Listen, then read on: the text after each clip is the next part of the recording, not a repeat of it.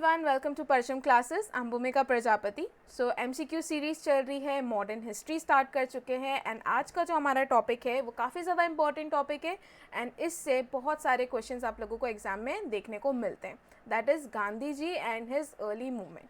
ठीक है, सो गांधी जी की 1893 से सफ़र जो चला है साउथ अफ्रीका में जाने के बाद, साउथ अफ्रीका में उन्होंने क्या क्या करा है, उससे लेकर गांधी जी भारत आ गए, भारत में आने के बाद क्या क्या करा है, इससे लेकर पूरे फ्रीडम स्ट्रगल जो है हमारा रहा है गांधी जी के अंडर, उन सभी से रिलेटेड जितने भी क्वेश्चंस हैं बन सकते हैं, सभी को आज के लेक्चर में हम लोग डिस्कस करेंगे। अब मैं सारे तो नहीं इंक्लूड कर सकती हूँ, बट जितनी भी इंपॉर्टेंट क्वेश्चंस मैं डाल सकती हूँ इसमें डालें। क्लियर? सो देखिए, आगे बढ़ते हैं हम लोग हमारे फर्स्ट क्वेश्चन के साथ। Which of the following was not set up by Gandhi ji in South Africa? निम्नलिखित में से किसकी स्थापना गांधी जी ने दक्षिण अफ्रीका में नहीं की थी, ये पूछा गया। सो देखिए, सबसे पहली चीज़ उन्होंने फर्स्ट ऑप्शन की अगर हम बात करें तो क्या एक न्यूज़पेपर इंडियन ओपिनियन नाम का गांधी जी ने साउथ अफ्रीका में स्टार्ट करा था? तो फर्स्ट स्टेटमेंट जो है सही है। ठीक है, उन्होंने साउथ अफ्रीका में एक समाचार पत्र जो है उसकी शुरुआत करी थी जिसका नाम था इंडियन ओपिनियन। प्लस उन्होंने नेशनल इंडियन कांग्रेस की भी शुरुआत करी थी साउथ अफ्रीका में, तो ऑप्शन बी भी नहीं होगा इसका करेक्ट आंसर। उन्होंने फिनिक्स आश्रम जो है उसकी भी शुरुआत करी थी साउथ अफ्रीका में, तो ऑप्शन सी भी नहीं है इसका करेक्ट आंसर। बचा ऑप्शन डी, तो ऑटोमेटिकली वो सही हो जाता है जिसमें कहा गया है द इंडियन लीग। तो the Indian league was not set up by Gandhi ji in South Africa. ठीक है, तो करेक्ट आंसर क्या हो जाएगा? Option D. Next question, question number 2, name of the magazine published by Gandhi ji during his stay in South Africa. तो मैंने अभी आप लोगों को बताया कि उन्होंने एक न्यूज़पेपर स्टार्ट करा था जिसका नाम था द इंडियन ओपिनियन। ठीक है, महात्मा गांधी द्वारा दक्षिण अफ्रीका प्रवास के दौरान प्रकाशित पत्रिका का नाम बताइए। तो करेक्ट आंसर हो जाएगा option D, the Indian opinion. Next question, question number 3 में पूछा गया है वेयर इज फेनिक्स फार्म। ठीक है, फेनिक्स फार्म कहाँ पर है? तो यहाँ पे पूछा गया कि उसकी लोकेशन क्या है, तो वो डरबन साउथ अफ्रीका में है। ठीक है, अब इसके अलावा हम दूसरी चीज़ें भी देख लेते हैं, जैसे कि इससे क्वेश्चन ये भी बन सकता है कि फेनिक्स फार्म को इस्टेब्लिश किसने किया था या इसके फाउंडर कौन है? तो महात्मा गांधी है। ठीक है, उन्होंने डरबन साउथ अफ्रीका में 1904 में इसकी स्थापना करी थी। ठीक है, इसको इस्टेब्लिश क्यों किया गया था उसके भी अपने कारण हैं। तो गांधी जी का ये मानना था कि मेरे जो आइडियाज़ हैं, ठीक है, मैं उनके एक्सपेरिमेंट जो है उसको यहाँ पर कर सकता हूँ। जैसे कि सत्याग्रह को लेकर जो उनका आइडिया था, सर्वोदय, अहिंसा जैसी चीज़ों के एक्सपेरिमेंट जो है वो इस फार्म में कर सकते हैं। ठीक है, इट वॉज ईयर ओनली, इस फेनिक्स फार्म में ही गांधी जी ने 3 जो उनके प्रिंसिपल्स थे, ठीक है, it was year Gandhi ji first use 3 principles to champion, जैसे the cause of mine and sugar cane workers, फिर वुमेंस को लिबरेशन दिलवाना, एल्कोहल के अगेंस्ट फाइट करना, ये सारी चीज़ें जो है उन्होंने यहाँ पर क्या करी थी? यूज़ करी थी। उसके बाद जो फेनिक्स सेटलमेंट है वो set up to put into practice the values which he followed and preach for the rest of his life. देखिए, गांधी जी के बारे में एक बहुत अच्छी बात कही जाती है, वो ये है कि उन्होंने अपनी पूरी लाइफ जिन चीज़ों को फॉलो करा है ना, वो उन चीज़ों को प्रीच करते थे, जिन चीज़ों को वो मानते थे वो उन चीज़ों को प्रीच करते थे और आगे लोगों को बताते थे। जैसे कि मैं कह लूँ नॉन वायलेंस। ठीक है, throughout his life Gandhi ji ने हमेशा ये कहा है कि किसी भी प्रॉब्लम का सल्यूशन वायलेंस नहीं होता है। जब आप चीज़ों को बैठकर बातें करके सुलझा सकते हो तो वायलेंट होना क्यों ज़रूरी है? ठीक है, सो उन्होंने इन चीज़ों को प्रीच करा, उनकी वैल्यूज़ को प्रीच करा है, लोगों तक पहुंचाया है। वो कभी भी अपने वैल्यूज़ से भटके नहीं, उन्होंने कभी भी किसी भी तरीके की वायलेंट एक्टिविटीज़ का सपोर्ट नहीं करा है। This is the best part that Gandhi ji was having, right. तो उन्होंने फिनिक्स फार्म में एक लाइन लिखी थी जिसमें उन्होंने कहा था, refuse to believe that you are weak and you will be strong. The day, ठीक है, जिस दिन तुमने ये मान लिया कि मैं कमज़ोर नहीं हूँ, तुम उसी दिन से जो है क्या हो जाओगे? स्ट्रांग हो जाओगे। ठीक है, तो ये स्टेटमेंट मैंने यहाँ पर इसलिए ऐड कर दिया है क्योंकि बहुत बार गांधी जी के लाइन से, उनके स्टेटमेंट से क्वेश्चन बन जाते हैं कि ये स्टेटमेंट किसके द्वारा कहा गया या किसके द्वारा लिखा गया है, तो इससे भी क्वेश्चन बनते हैं। तो remember, refuse to believe that you are weak and you will be strong. ठीक है, कहाँ पर लिखा था? तो उन्होंने फिनिक्स फार्म में लिखा था 5 मार्च 1913 को। Clear?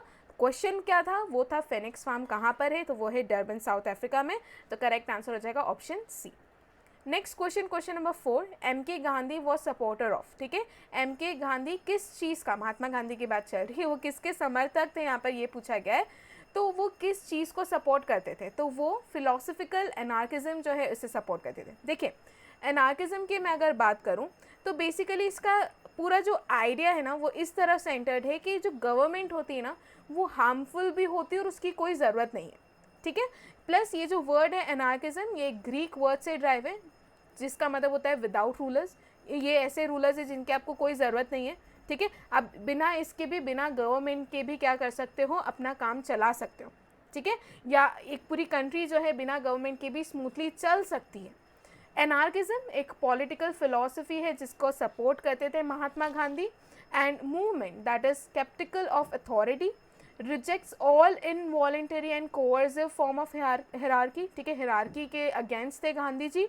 Anarchism calls for abolition of the state which it holds to be unnecessary, undesirable and harmful. So ये इस फिलॉसफी को, इस पॉलिटिकल फिलॉसफी को गांधी जी जो है सपोर्ट करते थे। क्लियर, एक अच्छा क्वेश्चन है, याद रखिएगा। Next question, question number 5, the twin principles of Mahatma Gandhi Ram Rajya व, महात्मा गांधी के राम राज्य के जुड़वा सिद्धांत थे, ठीक है। हमें पता है कि गांधी जी ने थ्रू आउट लाइफ सिर्फ 2 चीज़ों पे फोकस करा है, एक कि हमेशा सच बोलो, ठीक है। सत्याग्रह में भी हमको देखने को मिलता है कि उन्होंने कहा है कि सच पर टिके रहो, ठीक है, और आप जो ईविल है उसके अगेंस्ट खड़े रहो, आपको आपकी जो विजय होती है ना, आपको जीत मिलेगी अगर आप सच पे टिके रहे, तो आप हारोगे नहीं, ठीक है। तो ट्रुथ हमेशा, उन्होंने हमेशा इस चीज़ पर खड़े रहे, टिके रहे कि सच्चाई और अहिंसा जो है यही रास्ता है जो आप लोगों को आज़ादी तक पहुंचा सकता है। तो उनके जो राम राज्य के 2 सिद्धांत जो थे वो थे सत्य और अहिंसा। तो ऑप्शन बी इसका क्या हो जाएगा, correct answer. Next question, question number 6, which of the following was the last step in Gandhian strategy of सत्याग्रह। निम्नलिखित में से कौन सा सत्याग्रह गांधीवादी रणनीति का अंतिम चरण था, ठीक है। तो सत्याग्रह में जो उनका लास्ट स्टेप होता था वो था स्ट्राइक, राइट। तो इसका करेक्ट आंसर हो जाएगा ऑप्शन डी, स्ट्राइक। सत्याग्रह के बारे में थोड़ा बहुत देख लेते हैं। तो सत्याग्रह के अगर मैं लिटरल मतलब की बात करूँ तो it is holding on to truth, ठीक है, सच पर टिके रहना, उस पर खड़े रहना, और इसके थ्रू ना आप लोग किसी भी, ठीक है, इसमें आपको किसी भी तरीके का कोई वायलेंस करने की ज़रूरत नहीं, आप नॉन वायलेंट तरीके से भी क्या कर सकते हो, जो भी ईविल है उसके अगेंस्ट खड़े रह सकते हो, उनको रेजिस्ट कर सकते हो, ठीक है। गांधी सत्याग्रह became a major tool in Indian struggle against British imperialism and has since been adopted by protest groups in other countries. Clear? आ जाते हैं नेक्स्ट क्वेश्चन के ऊपर, that is question number 7, which of the following statement is not true as per Gandhian principle. गांधीवादी सिद्धांत के अनुसार निम्नलिखित में से कौन सा कथन सत्य नहीं है। ऑप्शन ए देख लेते हैं, the aim of satyagrahi is to defeat the enemy. देखिए यहाँ पर ना, यहीं पर जो है हमारा फर्स्ट स्टेटमेंट क्या हो जाता है, सही हो जाता है। मतलब इसमें पूछा ये गांधीयन प्रिंसिपल के अकॉर्डिंग सही नहीं। क्यों सही नहीं है? बिकॉज गांधी जी ने कभी भी अपने सत्याग्रह में ये चीज़ नहीं करी है कि आपको लोगों को डिफीट करना है, ठीक है, कि आपको आपके शत्रु को परास्त करना है। उन्होंने हमेशा ये कहा है कि आपको सच्चाई के रास्ते पे टिके रहना है और जो गलत है उनके अगेंस्ट, जो ईविल है उनको रेजिस्ट करना है, ठीक है। उन्होंने कभी नहीं बोला है डिफीट वर्ड, उन्होंने कभी यूज़ नहीं करा है। तो इसका करेक्ट आंसर क्या हो जाएगा, option A, it is not true as per Gandhian principle. Next question की तरफ बढ़ते हैं, that is question number 8, in which year Gandhi ji return from South Africa. Gandhi ji किस वर्ष दक्षिण अफ्रीका से लौटे थे? तो वो 1915 में दक्षिण अफ्रीका से लौटे थे। तो वो अफ्रीका गए कब थे? तो वो गए थे 1893 में अफ्रीका गए थे। दादा अब्दुल्ला जो है उनका एक केस लड़ने के लिए अफ्रीका गए थे, बट बाद में ये जो 1 साल की जो जर्नी थी वो 21 साल में कन्वर्ट हो गई। उन्हें भी नहीं पता चला कहाँ वो लोगों के हक के लिए उन्होंने आवाज़ उठाना शुरू कर दी, ठीक है। तो 21 ईयर्स के लिए वो साउथ अफ्रीका में थे। उसके अलावा 1915 में वो कौन सी डेट को, एग्जैक्ट डेट आप लोगों को बतानी है मुझे कमेंट सेक्शन में कि वो किस डेट को एग्जैक्ट भारत आए थे, because that date is observe as Pravasi Bharatiya दिवस, राइट। तो आप लोगों को कमेंट सेक्शन में बताना है कि वो किस डेट पर आए थे। ईयर बता दिया मैंने 1915, कौन सी डेट पर वो भारत आए थे, ठीक है। इसी के साथ आ जाता है आप लोगों के लिए एक discount code, that is save 10, right. तो इस कोड को आप लोग यूज़ कर परचम के एप्लीकेशन पर जाकर यूज़ करके आपको 10% जो है ऑफ मिलेगा on all SSC courses, okay. आगे बढ़ते हम हमारे next question, question number 9, how many years did Gandhi ji live in South Africa. Gandhi ji दक्षिण अफ्रीका में कितने वर्ष तक रहे, अभी मैं बता चुकी हूँ, ठीक है। 1893 में गए थे, 1915 में रिटर्न हुए थे, तो वो अराउंड 21 साल के लिए, 21 सालों तक के लिए वो अफ्रीका में रहते, गए नहीं थे वो इतने साल के लिए, ठीक है। कोई उनका ऐसा मकसद नहीं था कि मुझे इतने साल रुकना ही है अफ्रीका में। इट हैपन, सिचुएशंस ऐसी क्रिएट होती गई, ठीक है। पहला इंसिडेंट जो उनके साथ ट्रेन में हुआ था, ठीक है, उनको कंपार्टमेंट में से बाहर फेंक दिया गया था जस्ट बिकॉज वो ब्लैक थे, ठीक है। वो वाइट नहीं थे, वो सुपीरियर नहीं थे, जस्ट लाइक वाइट, जो मिथ उस समय एग्जिस्ट करती थी कि जो वाइट से वो सुपीरियर है। तो उनको मतलब उनके पास टिकट थी, दैन टू उनको वहाँ से प्लेटफॉर्म पर जो है उतार फेंक दिया गया था, जिस कारण से उनको लगा कि यार ये मेरे साथ हो रहा है, मेरे पास तो टिकट भी है, ठीक है। बट ऐसा कितने इंडियंस सफ़र कर रहे होंगे उस दौरान, राइट। तो उनके हक के लड़ने के लिए उन्होंने डिसाइड करा कि वो यहाँ पर रहेंगे, ये जो रेशियल डिस्क्रिमिनेशन हो रहा है उस चीज़ के अगेंस्ट वॉइस उठाएंगे, राइट। तो करेक्ट आंसर हो गया option B, that is 21 years. Next question, so next question number 10, in which of the following railway stations of South Africa Mahatma Gandhi was thrown out the train? दक्षिण Africa के निम्नलिखित में से किस railway station पर महात्मा गांधी को train से बाहर फेंक दिया गया था? तो वो था पीटरमैरिट्सबर्ग, ठीक है। पीटरमैरिट्सबर्ग में ही गांधी जी को उनके कंपार्टमेंट में से निकाल के बाहर फेंक दिया गया था। सो द स्टोरी इज कि इंसिडेंट हुआ क्या था उनकी रेल जर्नी में। तो Gandhi ji first class compartment में बैठे थे, as he had purchase the first class ticket, तो वो फर्स्ट क्लास कंपार्टमेंट में ही बैठेंगे। So white person who enter the compartment, उससे ऐसा हुआ यार ये एक ब्लैक पर्सन यहाँ पे कैसे बैठा हुआ है, ठीक है। तो उसने क्या करा, वाइट रेलवे ऑफिशियल को बुलाया, एक ऑफिसर को बुलाया और उसे कहा कि इस इंसान को यहाँ से हटाइए, और जो वैन कंपार्टमेंट है जहाँ पर कूलीज एक वर्ड यूज़ किया जाता था, it was a resist term जो कि इंडियंस के लिए यूज़ किया जाता था, और वैन कंपार्टमेंट में यूजुअली एक कूलीज दैट इज इंडियंस जो है बैठा करते थे। तो नॉन वाइट्स जो है they were not permitted in first class compartment. तो गांधी जी ने इस चीज़ के अगेंस्ट कहा, उन्होंने प्रोटेस्ट करा कि और टिकट दिखाई कि भैया मेरे पास टिकट है, तुम लोग मुझे यहाँ से क्यों हटा रहे हो, मेरे पास टिकट है, मैंने टिकट परचेज करी, मैं बैठूंगा फर्स्ट क्लास कंपार्टमेंट में। बट ही वॉज वॉन्ट कि अगर भैया तुम यहाँ से चुपचाप उतर के वैन कंपार्टमेंट में नहीं गए तो हम फोर्सिबली तुम्हें यहाँ से धक्का मार के निकाल देंगे, ठीक है। और देन टू गांधी जी ने रिफ्यूज़ करा कि मैं यहाँ से नहीं उठूंगा, मैंने टिकट खरीद रखी है। तो जो वाइट पुलिस ऑफिसर थे उन्होंने उनको धक्का मार दिया था, उनके जो लगेज था उसे भी प्लेटफॉर्म पर फेंक दिया था। तो ये जो ह्यूमिलिएशन जो गांधी जी ने फेस करा उस दौरान, that made him an activist to fight for his rights and for others right as well, ठीक है। Being an activist, he developed the strategy known as Satyagraha, in which campaigners went on peaceful marches and presented themselves for arrest and protest against the unjust law. ये जो tool है influenced the civil rights movement in United States and African National Congress in early years of struggle against the apartheid in South Africa. ठीक है, तो ये उनका एक incident था ऑफ रेल जर्नी जो गांधी जी के साथ हुआ था, और यही ह्यूमिलिएशन जो है made him an activist to fight for himself and for others, ठीक है। Next question, question number 11, which one of the following sessions of Indian National Congress was for the first time attended by Mahatma Gandhi, ठीक है। भारतीय राष्ट्रीय कांग्रेस के निम्नलिखित में से किस सत्र में पहली बार महात्मा गांधी जो है शामिल हुए थे? तो देखिए इसका करेक्ट आंसर हो जाएगा ऑप्शन बी, कैलकाटा सेशन 1901, ठीक है। अब आप लोग सोचोगे मैम अभी तो आपने कहा था कि 1915 में महात्मा गांधी जो है भारत आए थे, तो 1901 का सेशन कैसे अटेंड कर लिया? तो ऐसा नहीं था कि फ्रॉम 1893 से लेके 1915 तक वो एक बार भी भारत नहीं आए, ठीक है। वो 1901 में भारत आ चुके थे, ठीक है। उन्होंने साउथ अफ्रीका से वो भारत आ चुके थे, उनको लगा था कि थोड़ी सी वहाँ पर सिचुएशन स्टेबल हो गई, वहाँ के लोग अब हैंडल कर लेंगे, ठीक है। इसी दौरान जब वो भारत आए थे तो उन्होंने कैलकाटा सेशन जो है उसे अटेंड करा था इंडियन नेशनल कांग्रेस का। एंड इसके बाद हुआ यूँ कि उनको फिर से वहाँ से साउथ अफ्रीका से कॉल आता है कि सर नहीं आपको आना पड़ेगा, हम लोग सिचुएशन हैंडल नहीं कर पा रहे हैं। तो गांधी जी जो है वो फिर से जो है 1902 में आई गेस फिर से साउथ अफ्रीका के लिए निकल जाते हैं, एंड फाइनली सब कुछ ख़त्म करके वो 1915 में पूरा कंप्लीट अपना सब कुछ ख़त्म करके फाइनल 1915 में वो इंडिया आते हैं, ठीक है। बट इसका मतलब ये नहीं कि उसके पहले एक बार भी नहीं आए थे, 1901 में आ चुके थे वो एक बार। तो करेक्ट आंसर हो जाएगा इसका ऑप्शन बी, कैलकाटा सेशन। अब एक्चुअली ना मुझे इसकी काफ़ी एक अच्छी टाइमलाइन मिली थी गांधी जी से रिलेटेड, जिसमें मैंने 1901 और 1902 का इसमें मेंशन कर दिया ताकि आप लोग भी एक बार पढ़ लीजिएगा, ठीक है। बस इसमें बताया गया कि किस तरीके से वो 1901 में ही प्रिपेयर्ड 15 अक्टूबर को ही started preparing to leave for India, ठीक है, उनको फेयरवेल मिला, बहुत सारे गिफ्ट्स मिले, ठीक है, फिर वो किस तरीके से भारत आए एंड उन्होंने कैलकाटा का सेशन अटेंड करा, ये चीज़ें जो है आप लोगों को यहाँ पर मिल जाएगी, ठीक है। एक बार पढ़ लीजिएगा, मुझे अच्छा लगा तो मैंने यहाँ पर ऐड कर दिया पीपीटी में।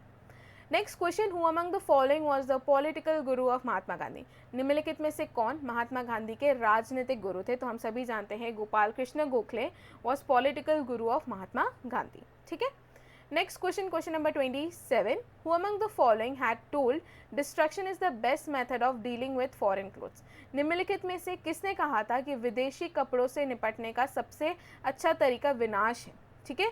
तो ये लाइन जो है, एज आई सेड कि अक्सर जो है एग्ज़ाम में बड़े बड़े जो लीडर्स थे उन टाइम के, उनकी लाइंस, उनके स्टेटमेंट्स जो है से क्वेश्चन बनते हैं, ठीक है।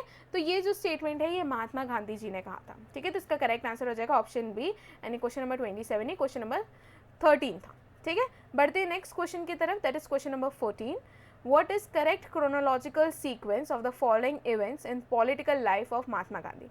महात्मा गांधी के राजनीतिक जीवन में निम्नलिखित घटनाओं का सही कालानुक्रमित क्रम जो है क्या था? तो देखिए मैंने क्या याद रखा था, मुझे ये एक चीज़ बता देती हूँ कि गांधी जी 1915 में भारत आ चुके थे, बट उन्होंने ये डिसाइड करा था कि वो इंडिया आते से ही किसी भी किसी भी मूवमेंट में या इंडिया के जो पॉलिटिकल अफेयर्स है उसमें इंटरफेयर नहीं करने लगे। उन्होंने 1-2 साल खुद को दिए ताकि वो जाए और समझे कि भारत में सिचुएशन क्या है, लोग क्या क्या फेस करें। तो उन्होंने 1-2 साल सिर्फ भारत में वो घूमे थे ताकि वो लोगों से मिल सके, उनकी प्रॉब्लम समझ सके, एंड फिर उन्होंने डिसाइड किया था कि उसके बाद जाकर जो है मैं इन पॉलिटिकल अफेयर्स जो भी भारत में चल रहे हैं उनमें, या जो मूवमेंट चल रहे हैं उनमें पार्टिसिपेट करने लगूंगा, ठीक है। तो ये इस चीज़ याद रखना कि 1915 के तुरंत बाद उन्होंने नहीं करा था। उसके बाद मैंने केक से याद रखा था, ठीक है। ये जो क्रम था, जो मूवमेंट उन्होंने स्टार्ट करे थे बाद में, उसका सीक्वेंस जो है वो केक से आपको याद रखना है। पहला Champaran, Ahmedabad mill strike and Kheda Satyagraha, and non cooperation का तो हम जानते हैं वो बाद में हुआ था 1920 में। तो इस तरीके से आप लोग याद रख सकते हो। तो क्या ये सीक्वेंस सही है? जी ये सीक्वेंस सही है। सबसे पहले चंपारण हुआ था, देन अहमदाबाद मिल स्ट्राइक हुआ था, देन खेड़ा सत्याग्रह हुआ था, और उसके बाद नॉन कॉपरेशन मूवमेंट 1920 में हुआ था। तो इसका क्या हो जाएगा? 1 2 3 4 सही है, तो ऑप्शन बी क्या है इसका करेक्ट है, ठीक है। तो बी इसका करेक्ट आंसर हो जाएगा। इसके अलावा आप लोगों को यहाँ पर 4 स्लाइड्स मिल जाएगी जिसमें चंपारण सत्याग्रह, Kheda Satyagraha and Ahmedabad mill strike से रिलेटेड जो भी चीज़ें वो मिल जाएगी। तो मैं इन शॉर्ट आपको बता दे रही हूँ। जैसे कि चंपारण सत्याग्रह 1917, पहला सिविल डिसोबीडियंस मूवमेंट जो कि गांधी जी ने ऑर्गेनाइज करा था। इससे क्वेश्चन पूछा जाता है कि गांधी जी ने भारत में पहली बार सिविल डिसोबीडियंस मूवमेंट को कब ऑर्गेनाइज करा था, तो वो चंपारण सत्याग्रह में करा था, ठीक है। तो 1917 पहला सिविल डिसोबीडियंस मूवमेंट जो कि गांधी जी ने ऑर्गेनाइज करा था। राजकुमार शुक्ला जो है वो गांधी जी को फॉलो कर रहे थे बिकॉज वो गांधी जी से मदद मांगना चाहते थे कि सर हमको फोर्सफुली जो है हमसे इंडिगो जो है प्लांट करवाए गए थे और अब जो है हमारे साथ बहुत बुरा व्यवहार हो रहा है, ठीक है, हमको बहुत बुरी तरीके से ट्रीट किया जा रहा है, ठीक है। तो यहाँ पर उन्होंने गांधी जी को अपनी पूरी प्रॉब्लम बताई। बिकॉज देखिए मेन प्रॉब्लम ये थी कि इंडिगो प्लांटर्स थे ये लोग, ठीक है। इंडिगो जो है डाई हुआ करता था, ये क्या था, ये ऑर्गेनिक रियल डाई था।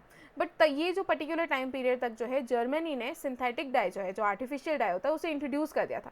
तो कोई भी इस चीज़ को प्रेफर नहीं करा था कि जब सिंथेटिक डाई आ चुका है तो हम लोग ओरिजिनल चीज़ों को क्यों यूज़ करें, राइट। तो इस कारण से क्या हो गया कि इंडिगो प्लांटेशन जो है वो बहुत ज़्यादा रिड्यूस हो गई। बट देन टू ब्रिटिशर्स जो है वो इनको फोर्स कर रहे थे इंडिगो प्लांट करने के लिए, ठीक है। तो जो यूरोपियन प्लांटर्स थे दे वर फोर्सिंग जो फार्मर्स थे to grow indigo on 3/20 of the total land, जिसे 3 कठिया सिस्टम कहा जाता है, ठीक है।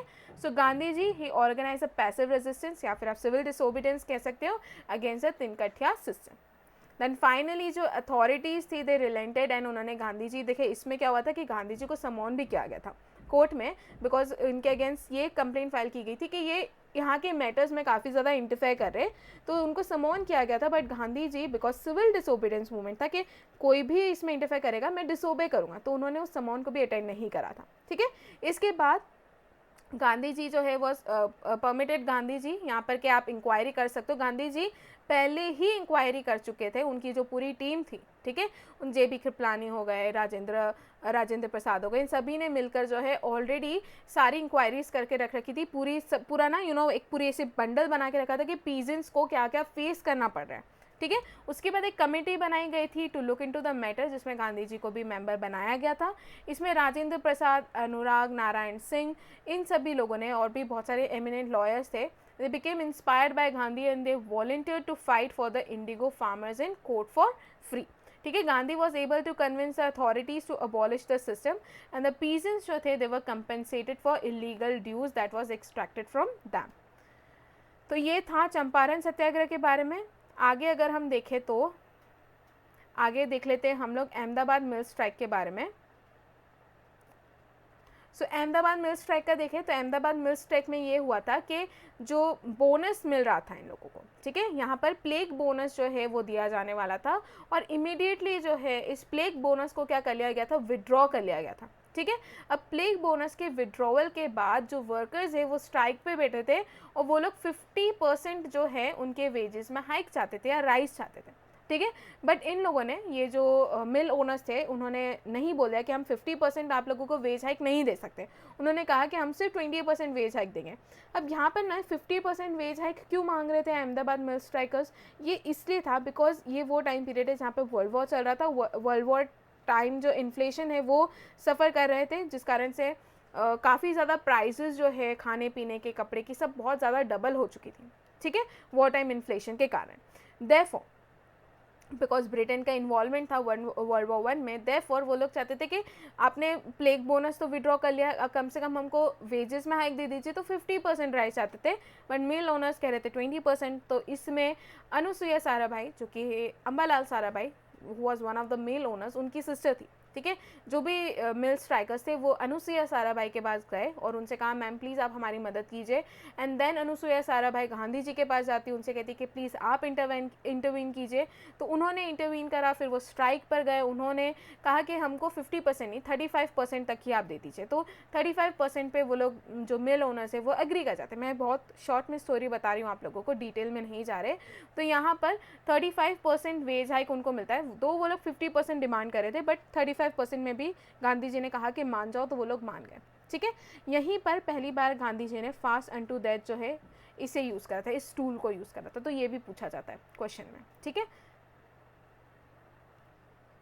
क्वेश्चन में ये पूछा जाता है कि Gandhi ji use satyagraha and hunger strike for the first time during an industrial dispute, ठीक है। तो ये किस इंडस्ट्रियल डिस्प्यूट में गांधी जी ने पहली बार सत्याग्रह और हंगर स्ट्राइक को यूज़ करा था, तो वो था अहमदाबाद मिल स्ट्राइक, ठीक है। नेक्स्ट खेड़ा सत्याग्रह। तो खेड़ा सत्याग्रह में क्या था कि जो खेड़ा डिस्ट्रिक्ट जो कि गुजरात में, वहाँ पर जो फार्मर्स थे they were distress because crops जो है कम्प्लीटली फेल हो चुके थे, और इसके बावजूद भी गवर्नमेंट जो है they refuse to remit land revenue, ठीक है, and insisted on its full collection. So as part of experiment Mahatma Gandhi advise peasants के तुम जो तुम्हारी पेमेंट्स है उसे विथहोल्ड करके रखो रेवेन्यू की, till their demands for its remission was not met, ठीक है। तो इसमें भी गांधी जी ने अपने तरीके से सत्याग्रह को यूज़ करते हुए यहाँ पर लोगों को इंसाफ दिलाने की कोशिश करी थी। तो आप लोग एक बार पीपीटी में से इन चीज़ों को पढ़ लीजिएगा। आगे बढ़ते हैं हमारे क्वेश्चन की तरफ। Question number 15, which of the following statement about Mahatma Gandhi are true, ठीक है। इसमें से कौन सा स्टेटमेंट गांधी जी के रिगार्डिंग सही है। पहला है he received his early education in Rajkot, उनकी प्रारंभिक शिक्षा राजकोट में हुई थी। तो फर्स्ट स्टेटमेंट क्या है, सही है, ठीक है। इसके बाद ही married Kasturba Gandhi at age of 13, तो 13 साल की उम्र में उन्होंने कस्तूरबा गांधी से शादी करी थी। तो सेकेंड स्टेटमेंट भी करेक्ट है। थर्ड जो है he studied law at the inner temple London, ठीक है, उन्होंने लंदन के इनर टेम्पल में कानून की पढ़ाई करी थी। तो थर्ड वाला स्टेटमेंट भी क्या है, सही है, ठीक है। He was most influenced by Ruskin's book unto the last, या रस्किन की पुस्तक अनटू द लास्ट से सर्वाधिक प्रभावित हुए थे। तो फोर्थ स्टेटमेंट भी सही है, ठीक है, वो अनटू द लास्ट से काफ़ी ज़्यादा इन्फ्लुएंस, काफ़ी ज़्यादा इंस्पायर हुए थे।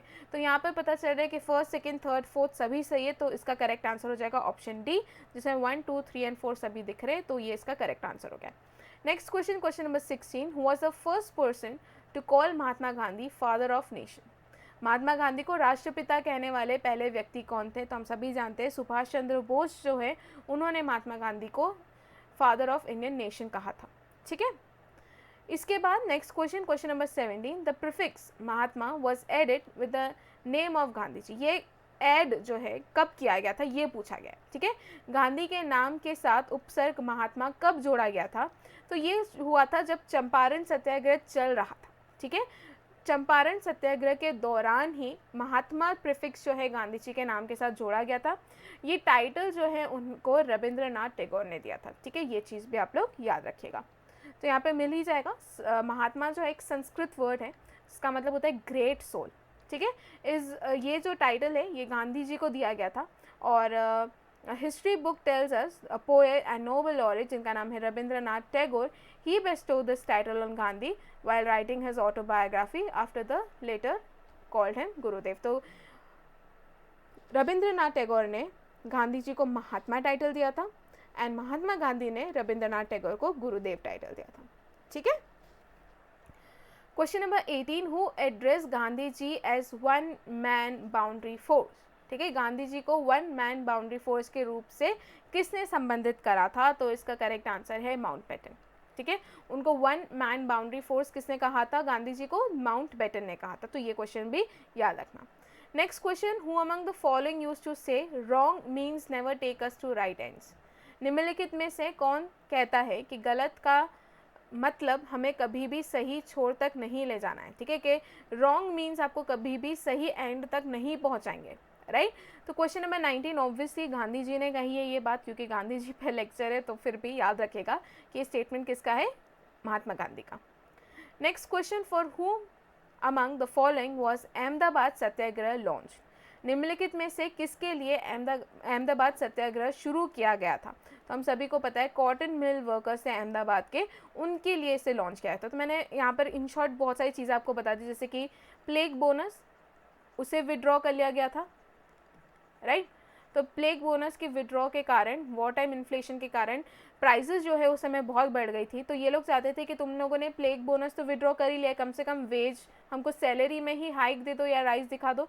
तो ये लोग 50% जो है सैलरी राइज डिमांड कर रहे थे। ठीक है, बट यहाँ पर इनकी 50% की डिमांड को मिल ओनर्स ने रिफ्यूज़ कर दिया कि हम 50% तो नहीं, तुम लोगों को 20% देंगे। ठीक है, तो ये 20% सुनने के बाद ये लोग सब जाते हैं अनुसुईया साराभाई के पास, अनुसुईया साराभाई जाती है गांधी जी के पास, फिर गांधी जी आते, वो कहते हैं फास्ट टू दैट, और 35% तक जो है वो इस वेज हाइक को लेकर आ जाते हैं। 35% पे फाइनली सब अग्री कर जाते हैं। ठीक है, पता नहीं फिर से क्यों एक और बार बता दी, बट बता दी। सो इसका करेक्ट आंसर हो जाएगा option B, that is cotton mill workers. Next question, question number 21, Tinkathia system in Champaran में? चंपारण में तिनकठिया प्रणाली का अर्थ क्या है? तो चंपारण में ये जो तिनकठिया सिस्टम है उसमें ये था कि जो भी तुम्हारा एरिया है उसके 3/28 एरिया में, जो लैंड का एरिया है, उसमें तुम लोग इंडिगो कल्टीवेट करोगे। ठीक है, ये कल्टीवेशन क्या करवाया जा रहा था? फोर्सफुली करवाया जा रहा था।